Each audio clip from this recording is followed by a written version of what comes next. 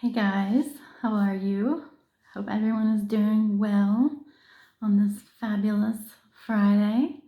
I have a very important message today, and I've been trying to do one every day and record it the day before so it's ready to go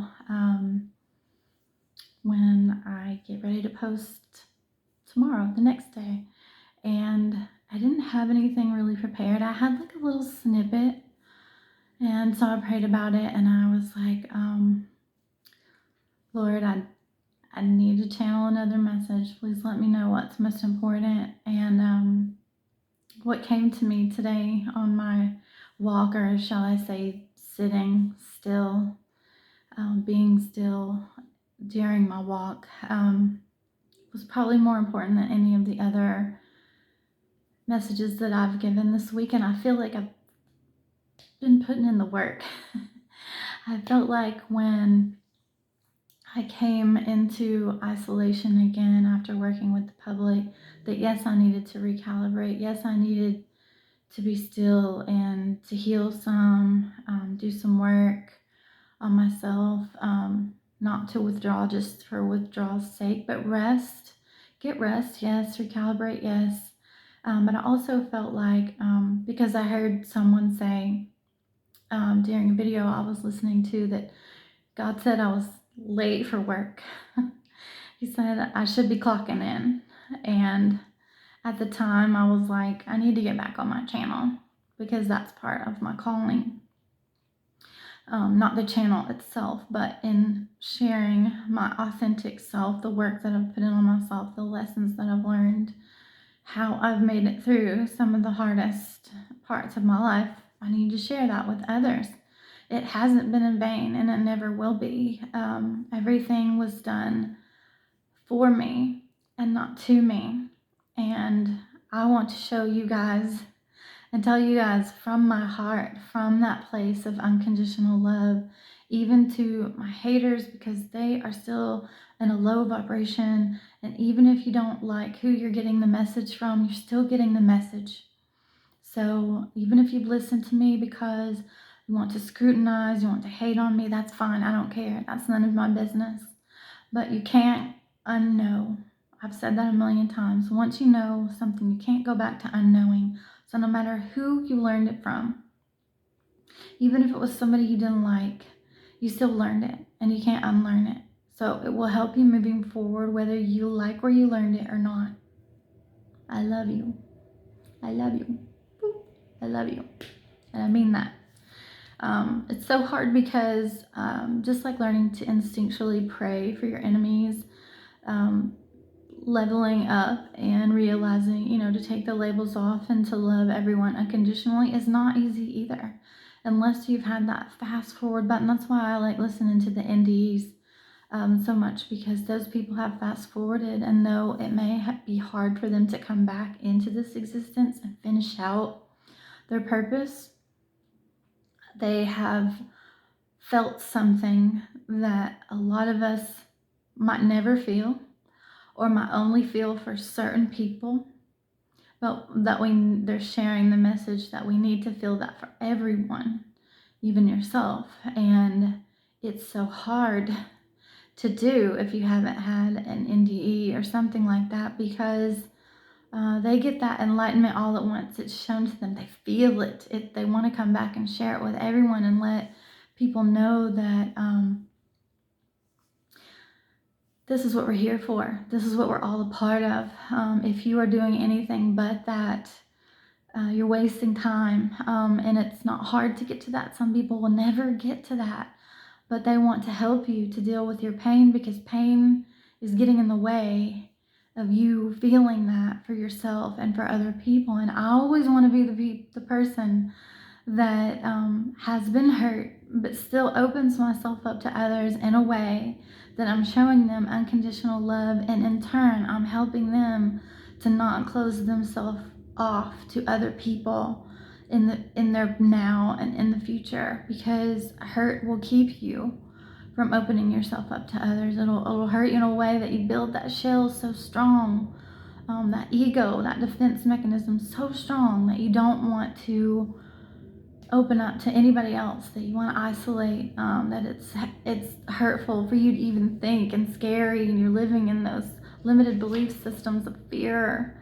and anxiety and worry about those hurts in the past coming back into your now or into your future, that you're in paralysis, that you don't want to move on. I'm just going to stay right here, because I know right here in my bubble nobody's going to hurt me. And I'm not going to open myself up to anyone else, no matter how much that may enrich my life. And those people may have done the work on themselves like I've done to myself, and I've attracted them into my life via my high vibration. I don't trust it. I don't trust it, and I want you to trust it. That's why on my walk, I smile to everyone. There's been someone, and I hesitated about bringing this up because Tone from the channel Life is But a Dream, he talks about what you address is your address.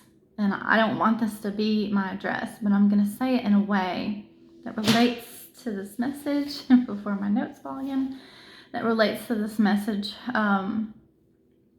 because, I said there's no coincidences, there's no accidents. That's not what I believe. So everyone that I cross paths with on my walk or anywhere that I go was for a reason.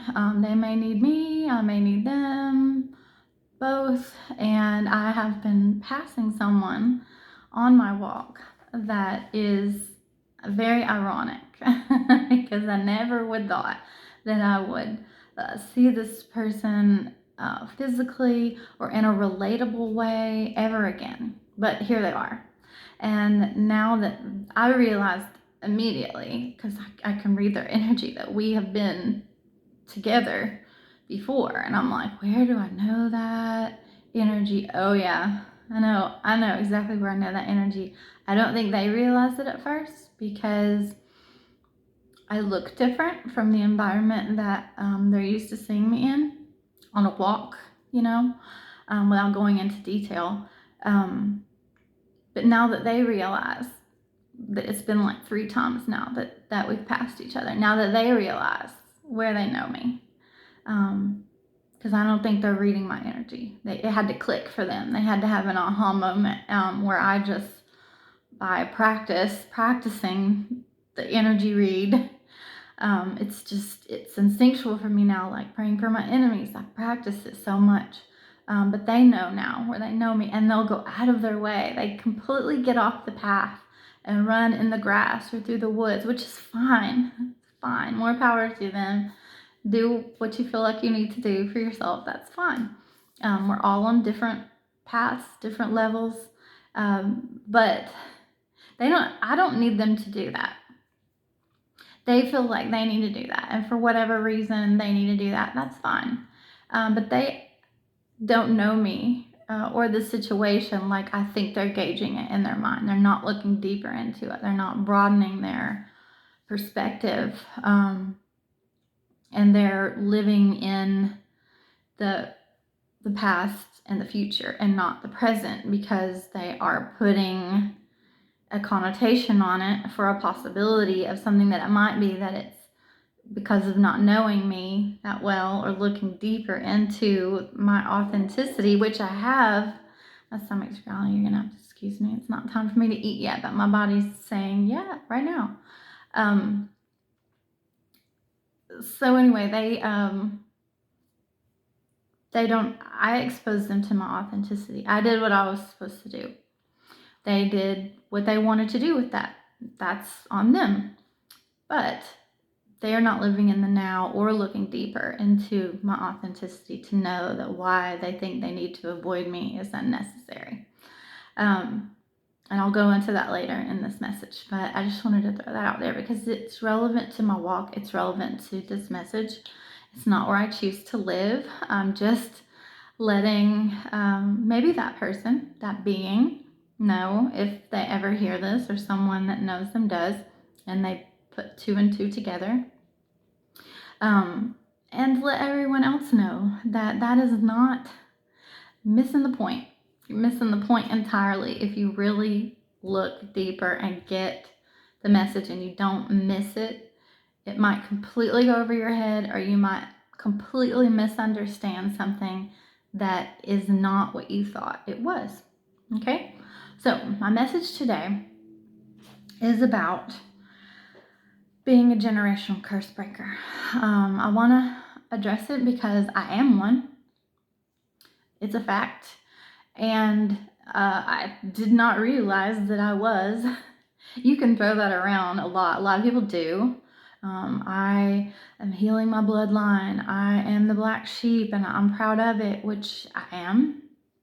Check, check. But I didn't know why. I knew that I was those things, but I didn't understand the reason why. And on pondering today, I sat down. I haven't sat down in days, but I felt like I needed to sit down today. And so I sat down at my little spot and I didn't record the message or write anything down. I just was still and I wanted to let things flow. And as they flowed, I always love being by the water. It's very healing, it's very inspiring. But I looked up today at the tree that I was sitting under because I always sit under a tree. That's my spot, or one of them, I should say. And I was pondering the branches and I was thinking about as above, so below, which is the tree of life.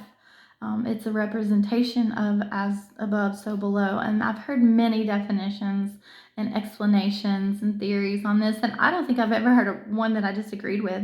It can mean lots of things for lots of different situations.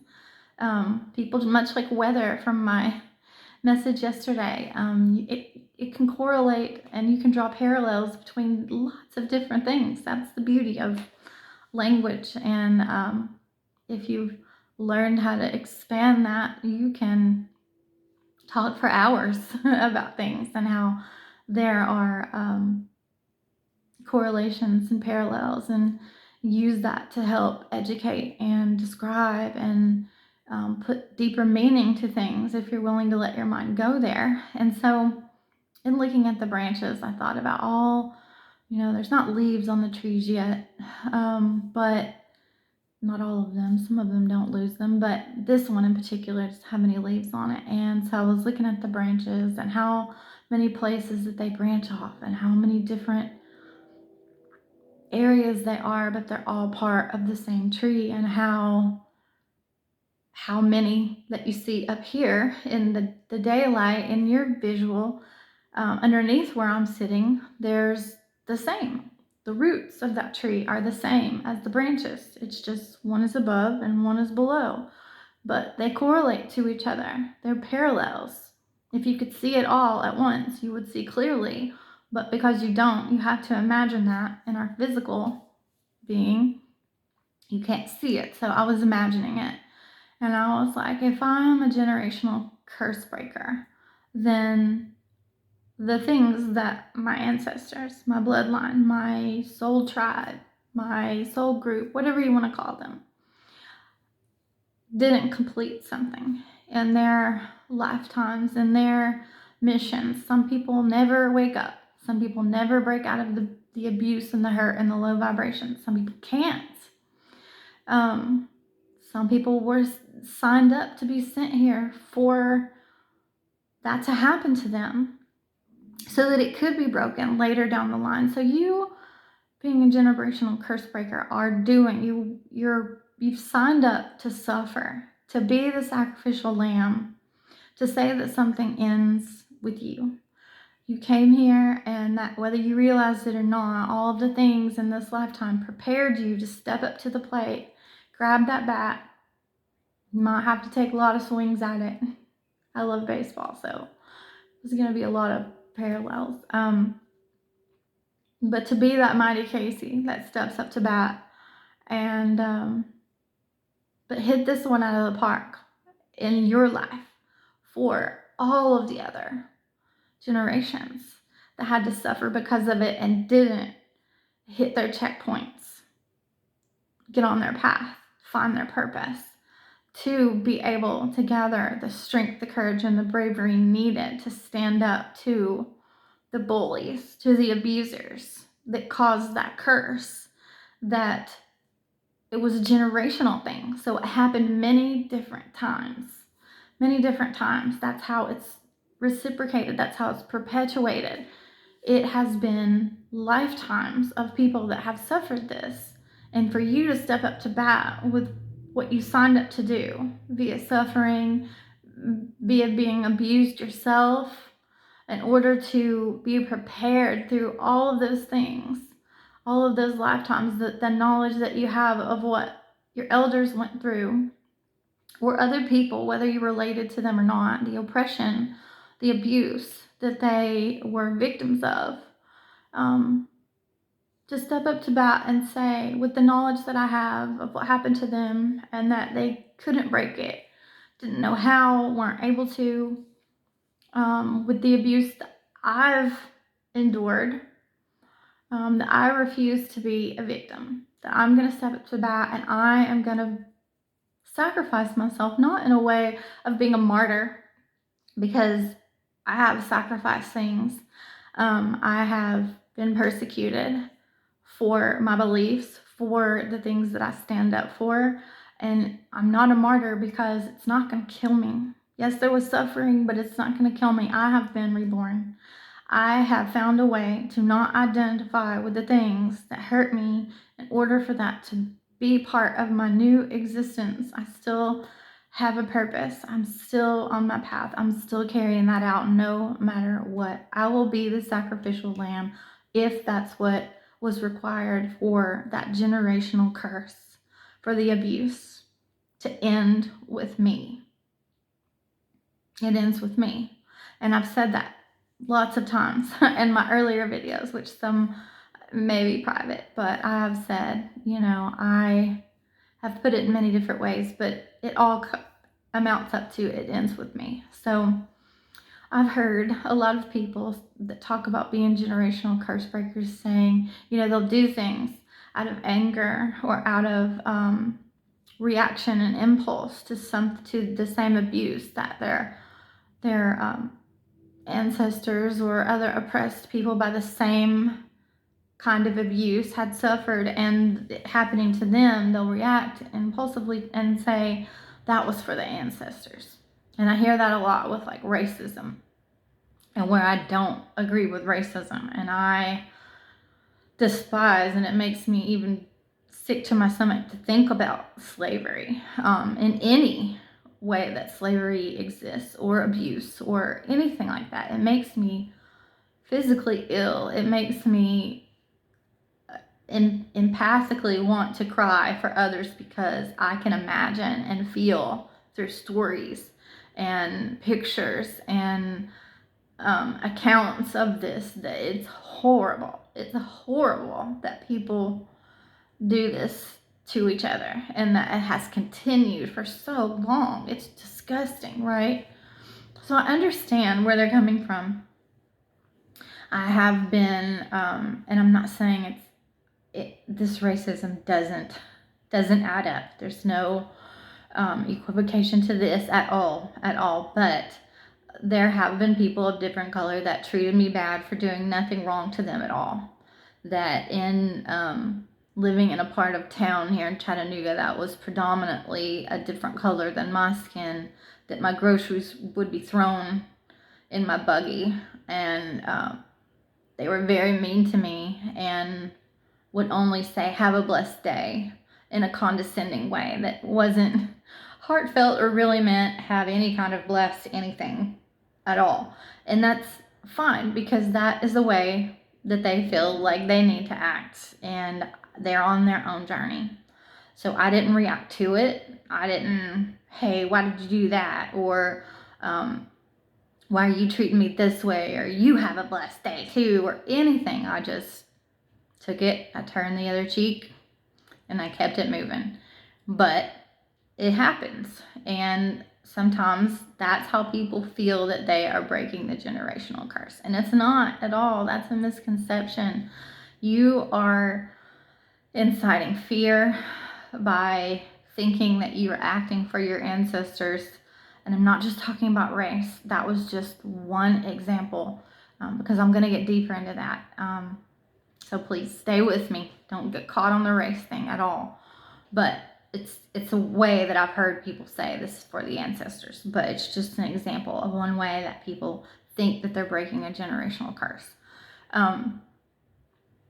If you spread the hate, if you do unto others as they have done to you, if you try to incite fear, whether they've done something to you or not, or spread hate to someone who's not done anything to you because of this idea that's in your head about past abuse and how they deserve it even when they haven't done anything to reciprocate that abuse, that is not breaking a generational curse. Your ancestors would not have sent you here to act in that way, because that doesn't break anything. That keeps it going. That feeds it. What you feed grows. You keep it living on through you. What happened to them? Maybe not in the exact same way, but you're still keeping it going. I feel like that's why one of the reasons that racism has been kept going through the white end mainly. I'm not saying it's because Black people or people of color have reciprocated the hate in a way that it keeps white people hating them when they shouldn't. I feel like it's been done a lot on the white side more than the Black side, but it happens on both sides. And so that's how we keep it living on. It keeps growing because we haven't been the change on either side consistently for long enough for us to see it come into fruition. We haven't fed the right things long enough for it to die off, for it to starve, for it to go away. And in order for it to starve and for it to not live on, for it to be transmuted, alchemized completely, no one has turned the other cheek long enough for it to not live on. And that is being a generational curse breaker. Not feeding it, not when you put a stop to it, not acting out of anger again in a way that lights the fire back up again completely. It reminds me of when my grandfather had a house fire and he put it out, even though he got burned in doing it. He put it out and he went to go eat lunch. And when he came back, there was still embers, little things that hadn't been extinguished completely. And when the air hit those, when he walked back in from going to eat, the fire started back up in it and again, and it took the whole house down this time. There was nothing he could do because of those things that had been lying dormant the entire time that he had been gone. And he hadn't been gone long enough for it to go completely out, that when the air hit it, when the air that was fuel to that fire came back into that room again, it was too great for him to tackle at that point. It just took the whole thing down and the whole house was gone. That's how it is when you think you're being a generational curse breaker and you get hurt in the process. You're the sacrificial lamb. You stand up to bullies. You try to put a stop to it. I'm going to open my voice. I'm going to use my mouth, stand in my power. I'm going to speak the truth so that we're all freed from this. And then the second that someone says, well, who do you think you are? Well, oh yeah, I'm going to do this to you anyway because you tried to stand up to something that I don't see anything wrong with, because I'm not ready for it to stop. I'm not healed enough. I've not gone through any enlightenment. I'm still very low vibrational, and I want this to keep going because I'm getting something from it. I'm feeling better than you are by putting you down or abusing you or bullying you. So it's not ending here. It's only gotten started, and then they do something to you. They spit on you. They call you the N word. They slap you in the face. They go and rape you. Whatever the abuse is, they keep it going. Or they go and tell everybody what you did, and those people feel the same way that they do, so they all come and attack you. And all at once they're like, oh yeah, you're this and you're that, and it's just so much that then you were standing up to one bully, and now you got 100 bullies. You've got all these people calling you names. It's, whoa, what did I get myself into? I was just trying to stop this person. I didn't know I was taking on a whole coalition behind them. But that's what being a generational curse breaker entails, too. It's not just one person. One person didn't keep it going all that time. One person didn't teach it to them. A lot of people, generations. This is a lot of people that have kept this going. So when you stand up to one, you might have to stand up to many. And you might fold under that pressure. If you fold under that pressure and you say, oh yeah, well, you're this in return, and you reciprocate that back, well, there it goes again. Poof. Air hit the fire, air hit the embers again, and poof. All of that progress that you thought you made by putting that fire out, by standing up to that bully, took the whole freaking house down. It leveled it. No work at all. You got to start over. Start over. You got to do all that work again, or your next generation somebody has to sign up to come down here and try again, step up the bat again. But in turn, you know what that's going to mean? Somebody else is going to have to be abused. Their generation is going to have that person that comes down here to end it all. They're going to have to get a taste of that to see why. Oh yeah, I see why this cause is worth fighting for. They don't just come down here and they're born a generational curse breaker, like knowing what they need to do. Look how long I was 40 something years before I realized I needed to be a generational curse breaker. I had to be prepared for that. I had to be abused before me to realize why that cause was worth fighting for, why it was so hard for my ancestors and the people before me that were oppressed and abused, why it was worth signing up to come down here and giving it my best shot. So another generation is going to have to be abused, and for I don't know how many years, and they might not be successful, and then it continues on until somebody actually comes down and puts a good enough fight in for a long enough time to where it starves and it dies and it goes away. There's some things like racism that we've never done yet. It hasn't been done. Many have tried. Look at the Martin Luther Kings, the Malcolm X's, the Tupacs. So many people have come down here. All of the Say My Name people that have tried, that their story has gotten out and it's inspired many. But something on one side of the fence or another has sparked that fire back up, and those embers are still burning. They're just waiting to be triggered. Nobody's stopped feeding it yet.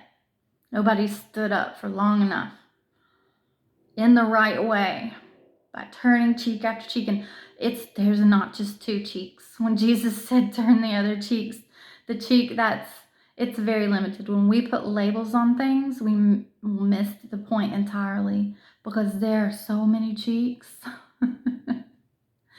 If I took that verse literally, I would have 100,000 cheeks to me, because I keep turning it. I keep inventing, manifesting new cheeks for people to slap as many times as I've been slapped and turned and given them another one, because I will not reciprocate it. It ends with me, and I mean that. It ends with me. Not everything. I haven't taken on the world and all abuses and traumas, but the one thing that I did step up to the bat for, it ends with me, and I will die trying, and I feel like I've done a damn good job. Me and God, me and my ancestors, people that are cheering me on for the future generations that I don't want to have to suffer with that. And I do it out of love. I sat there and tears came to my eyes over thinking about this message, because I do it out of love. I have to suffer and not have, and it's fine. Don't get me wrong. I am not trying to make a sad sob story for me at all. I have sacrificed many things that I love and I wish I had in my life, because I have so much love for those other people that I don't want, even if it means they're mad at me, even if it means they hate me, even if it means they don't understand right now, right here in this moment, that I put a stop to it So if that means that I have to be reborn and rebuild my whole life without those things in it, for it to stop for anybody and everybody moving forward, then my job was done. I did what I was supposed to do. And I'm not going to let it, I'm not going to fuel it, I'm not going to let it spark back up by being hateful in return. The temptation will be there, but I'm going to pass that test every time. Vengeance is God's, not ours. He holds those cards. He holds that draw 2, that draw 4, that Uno reverse. He holds that tower card. He holds that wild card. If you were meant to have it, he would give it to you. And sometimes he does. You can slap it down. Not in vengeance, but to say, oh yeah, what you thought you were doing to me, well, it's going to set you back. That move is going to set you back. Or what you thought you were doing to me, guess what? It's going to happen to you now. What you thought, it's going to happen to you now. That's what you were doing this whole time. That you were going down that road and you were getting these warnings. And people were telling you, or you got that intuition that kicked in that said, this might not be good. Because if you look back, if you've gone down the wrong road long enough, you look back, there were signs. There were signs. I've gone down the wrong road plenty of times, and there were always signs to me, red flags about me that I ignored, and I kept going down that road, and I had to learn the lesson that I reap what I sow. I learned it so many times. I decided I didn't want to go down those roads or be with those people or do those things anymore. I speak from experience. So, yeah, if God wants you to facilitate those things, he'll let you know. But most often he's going to work through other people so that you don't have to get your hands dirty, so that all of your hard work doesn't go to waste. Because if you get your hands dirty again, guess what? You've fueled the fire. Poof, there it goes, all over again. All your hard work out the window. He doesn't want you to do that. Well, you're going to be tempted to do that, but you have to know that it's a test, and you're going to pass that test and not do that. Don't get your hands dirty. Turn your other cheek. As many cheeks as you have to bring into existence to keep your cool. To keep your cool. Not an eye for an eye. Love your enemy. Do good for those that hate you. Pray for those abusers immediately. Pray for the people that hate you immediately. Love them. Transmute every hurt, every pain, every horrible thing that they've said about you or done to you, no matter how many times you try. Transmute it. Transmute it. Turn it into something good that you can use. Do not feed it. Don't let it live on. Let it die. I'm not going to absorb it. Everything you throw at me is going to bounce right off of me, or I'm going to take it and I'm going to eat it, and I'm going to turn that jagged little pill into a Skittle, because all of my work was not in vain, and I'm not going to let it live on through me or anybody else or any further generations through me putting fuel on that fire. I'm not. No matter how hard anybody tries. I am not.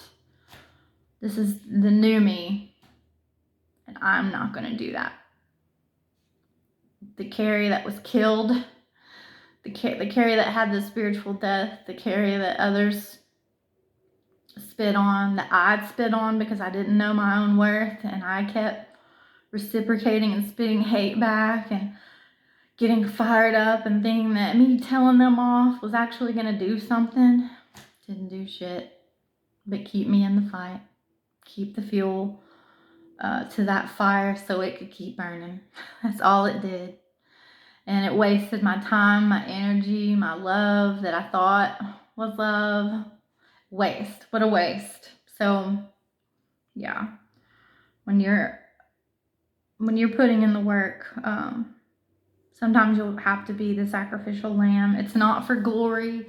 It's not for recognition. It's not for fame. It's not for fortune. It's so that it will end with you. It will end with you. That is the whole point. That is the whole point. Love is why.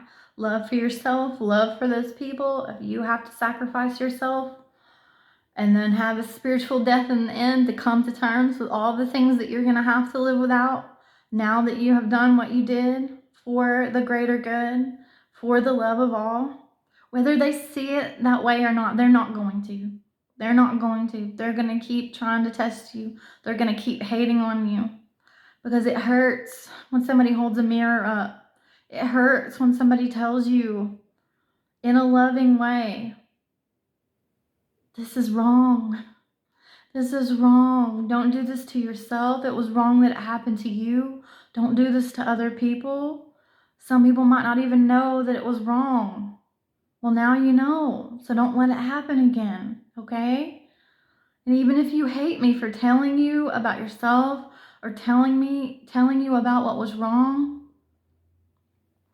even if you feel hatred toward me, that's okay, because I did it in love. Whether you want to see it that way or not, I did it in love because it never should have happened in the first place. Never should have happened in the first place. Whew. So I was listening to stay on track. Hello.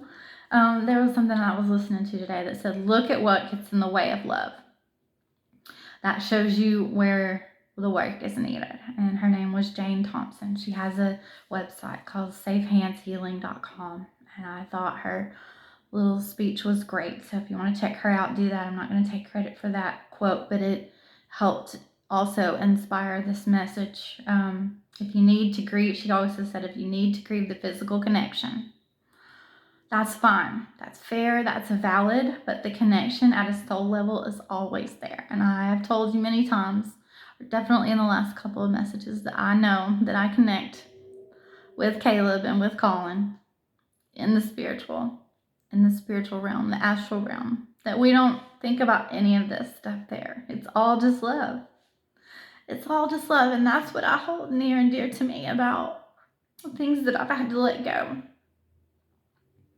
is that the soul connection's always there. In the astral, as above, we still love each other. We also love each other. People that you've had soul ties with here that might have crashed and burned and ended horribly, in the astral, you still love each other. None of this matters up there. None of this matters when you're with God. None of it. So whether you hate each other here or not, it's getting past all of the hurt and trauma to bring that here. That is the purpose. That is what we're here to learn and to surpass. That is what we're here to experience, all of that horrible stuff with these lower densities, and rise anyway. Cut those things loose however you need to cut them loose, by leaving them behind, by not saying a word and just moving on, by working hard on them to overcome, by standing up to the bullies and not feeding the fire again. Whatever you have to do to let those lower densities, those horrible things, those heavy energies and emotions, to leave them behind. That's what we're here to do, so that we can find the love for each other here, as much of it as we can, that exists up there all of the time. All of the time. If you haven't experienced that altogether, when you have a child, if you've had a child, when you see that kid, you're like, I thought I knew what love was, but I had no idea. This is something greater. I can't even put it into words how much I love this little thing that I'm holding right here. Like, I have no idea how much I could love. That's how much you can love everybody. And that's beautiful. It just takes so many layers to cut through and so much hard work to get to it that some never do. But it's so worth the fight. It's so worth the work. I promise you. I'm not all the way there yet. I pray for that every day. I have come a long way. But to look like, especially when things happen and I turn the other cheek, even though I don't reciprocate and I don't internalize that, I transmute it, I'm like, I pray for that person. But it takes such practice, just like instinctually praying to love someone that means you harm and has so much work to do to get in touch with that unconditional love, to pull that love in, to dig deep and pull that love from up there, from your higher self, from the experience you've had with your child, to know that you've had a taste of that and that this person, you love them. I love you. I really mean it. I mean it, Lord. I want to mean it. I mean it. I mean it. Keep walking. It gets easier. Keep going. It gets easier. You will mean it. It will be authentic. It may not always be as strong or as ferocious as love that you have for a child is, but the more you practice it, the more that you'll get there. I'm still a work in progress. I'm not perfect. Now, I'm not reciprocating any anger or any harboring any resentment or vengeance. That's God. If he chooses to do so whenever, if he does or doesn't, that is none of my business. I'm just going to keep doing what I'm doing because all of the work I've put into myself and the work I've done to end generational curses and to not fuel those fires to keep them living on is not going to be in vain. It was worth it. I've seen it. I've held it. I hold it so near and dear. And you will too if you experience it for yourself. If you actually become a generational curse breaker and you decide there's no turning back, there's no turning back. Zero turning back. So imagine you and your soul tie person in the astral talking about this later. And you're like, yeah, we're talking about it beforehand, before you come here. You know, I love you. I just want you to know before we go down there. We're going to have some beautiful, beautiful things that happen between us. Maybe children, maybe have a business, whatever. And they have their own purpose in life of their own, or their own business plan, where we touch and reach many people. There's going to be a purpose to all of it. Our purpose, whatever comes out of that. But we're going to hurt each other along the way. I just want you to know. Before we go down there, that I love you. Try to remember that. Try not to forget that. Or try to come back to it at some point and know whether we come back to it together or not, because we're on different paths. Once we go down there, we're on different playing fields.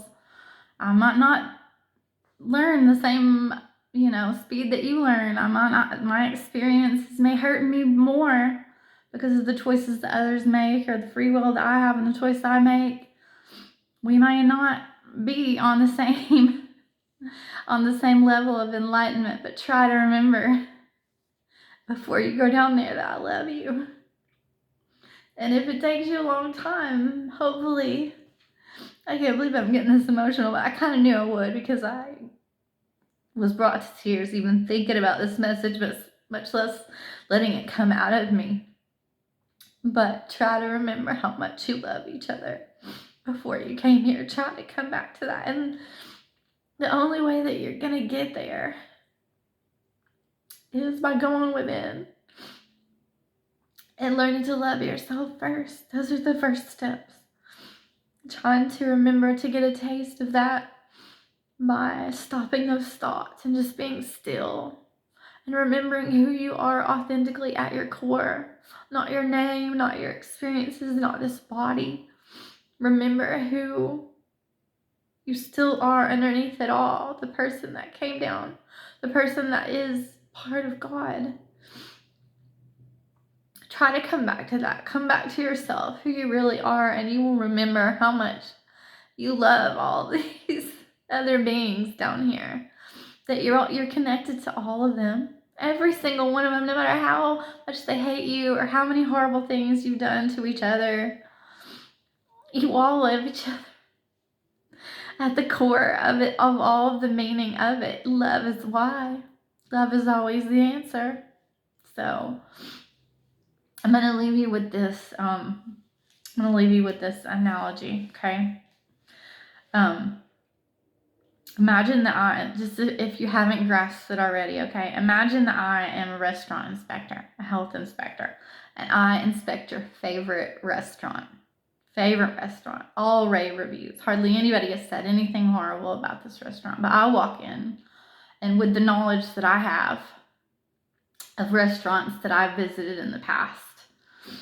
Generations of restaurants.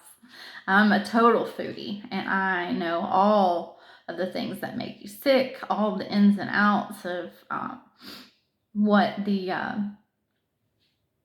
temperature that food should be held at, the temperature in which they should cook to be totally done and not make anybody sick, how to properly clean and sanitize and put things away. I know all of this because I've been an employee at restaurants. I've been a general manager. I have been inspected myself. I have the knowledge of being a restaurant owner, and that's why I went into this work. But I walk into your favorite restaurant, and no matter how good the food is and how many rave reviews, they're doing so many things wrong in the kitchen.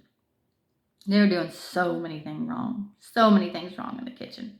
And I fail them. I give them a horrible score, and I make them do a whole lot of work to get back up and running. And I've been told before, this is why I use this analogy, I've been told before that the best time to visit a restaurant is right after they failed an inspection, because they are on their toes. They know all the things that they should be doing. They're getting all of their ducks in a row, everything. They want to keep running. They want to keep making people happy. They want this to keep being their livelihood because they love it and other people love it. So they want to stay in business. So the best time to go to that restaurant is right after they failed an inspection, because they are on their P's and Q's. And if they didn't know what their P's and Q's should be, they are on it now. So that's the best time to go to a restaurant, is right after they fail. But I go in here and I fail them. I'm the one that did it. And the word gets out that I'm the one that did it. Or I tell everyone I'm the one that did it. Whatever. And everybody hates me. I'm getting all these hate emails. People are online blasting me. But I still did it because there were so many things that were wrong, no matter how much they loved it. Maybe they didn't know that the queso that this restaurant is serving was so good because there were mouse droppings in this queso. And even though they loved it, they didn't know that there was mouse droppings in it, and that mouse droppings weren't making them sick now, but later in life it was going to cause cancer. And because they were predisposed to that, because you've started this. You've started eating queso and thinking that queso with mouse droppings in it is wonderful. And you don't realize that that's what's going to cause cancer to you later on in life. So you keep telling your kids and serving it to your kids, taking your kids to that restaurant, and your kids take their kids to that restaurant. And had you not ever gone in and said, hey, I'm failing you because you shouldn't be putting mouse droppings in your queso, that you've stopped in showing the restaurant to stop doing that. Maybe they were taught by their parents to do that. Maybe this was passed down from their abuela. Maybe this was passed down from their oma, from whoever taught them to cook that queso and make that queso. They didn't know that that was wrong. They didn't know that that was going to hurt people. They had no idea. Even if their abuela died of cancer, they didn't know that it came from that queso and what they were told to put in it. They didn't know. Or maybe they did know, and they didn't care because people still loved it and it made them lots of money. So why am I going to stop? I ate it. I'm still here. I'm running this restaurant, right? Didn't hurt me. They don't know it caused cancer the whole time either, or that it's causing cancer in other people's, or that's where their abuela's cancer came from. They're still doing it. They're carrying on that tradition of that queso, not realizing how much it hurt. It hurt their past generations, how much it hurt them. They just don't know it yet, how much they're hurting other people by letting it continue on. But because you came in, no matter how much hate you received, and you gave them a failing score so that they had to stop putting mouse droppings in their queso, you stopped something. You stopped something from happening. You stopped cancer from happening in the future. You stopped people from eating that queso, because now that they know, they either have to fix it or stop doing it. The restaurant has to stop putting mouse droppings in that queso. Or the people, if they don't stop, know that there was mouse droppings in that queso. It's either they have to stop putting it in there, or the people have to stop eating it. Either way, both sides know, so they can do with that information what they will. But at least you told them about it. At least you made it part of their consciousness, part of their awareness. It's on their radar. So everybody, the cards will fall where they may. They're going to be re-inspected to see if they're still doing it. So I'm not going anywhere. It's not going anywhere. The awareness is not going anywhere. Now that you know, you've made it known, it's still there. It's prevalent now. It's prevalent. Everybody knows. If you didn't know, now you know. So if it happens again, we'll fail another one. The restaurant may get shut down. It may get shut down if it happens again. But it's been recognized. It's been called out. So if you choose to do it again, you can hate on the person that called it out all you want, but if you choose to do it again, that's your own demise. You'll have your own consequences. Whether you have consequences from the past or not, whether you have people that stop coming to that restaurant and choosing not to eat your queso and not pay you any more money. Maybe that'll happen, maybe it won't, but at least both sides of the fence are aware that what was happening there was not good for them. Not everything that's happening in the moment makes you feel bad right away. Some things take years to develop. Some things take years to be, the effects to be seen. But it's still worth all the hate you're going to receive from it because you called it out. You were the sacrificial lamb for that cancer to not be spread anymore. And that's what a generational curse breaker is. That's what a generational curse breaker is. Calling something out in love and not caring if people hate you for it. Not caring what you might lose because of it. Being the sacrificial lamb so that no one else had to suffer. Whether they meant to cause suffering or not. It ended with you. That's what it's for. You're not going to let anybody kill you. You're not going to kill anybody else because of it. You did your job. Job is done. Lots of people up there are cheering you on, whether you feel it or know it or not. And I feel it. I know that I've been cheered on. That's not why I did it. But it doesn't hurt. It doesn't hurt.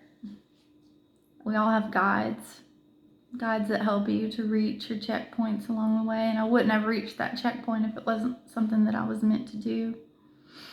And I have protection from the Lord around me at all times. And so do you.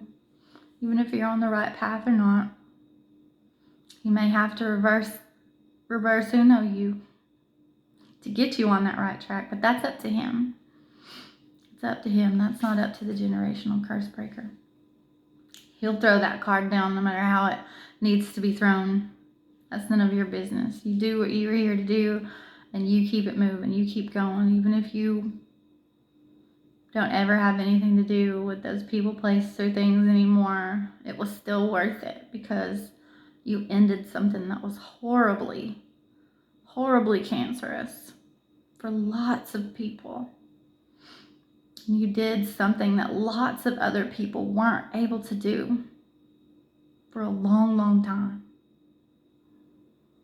That's what it's all about. And you did it in love. You did it in love. You did it in a way to where people were aware. They didn't go back to it.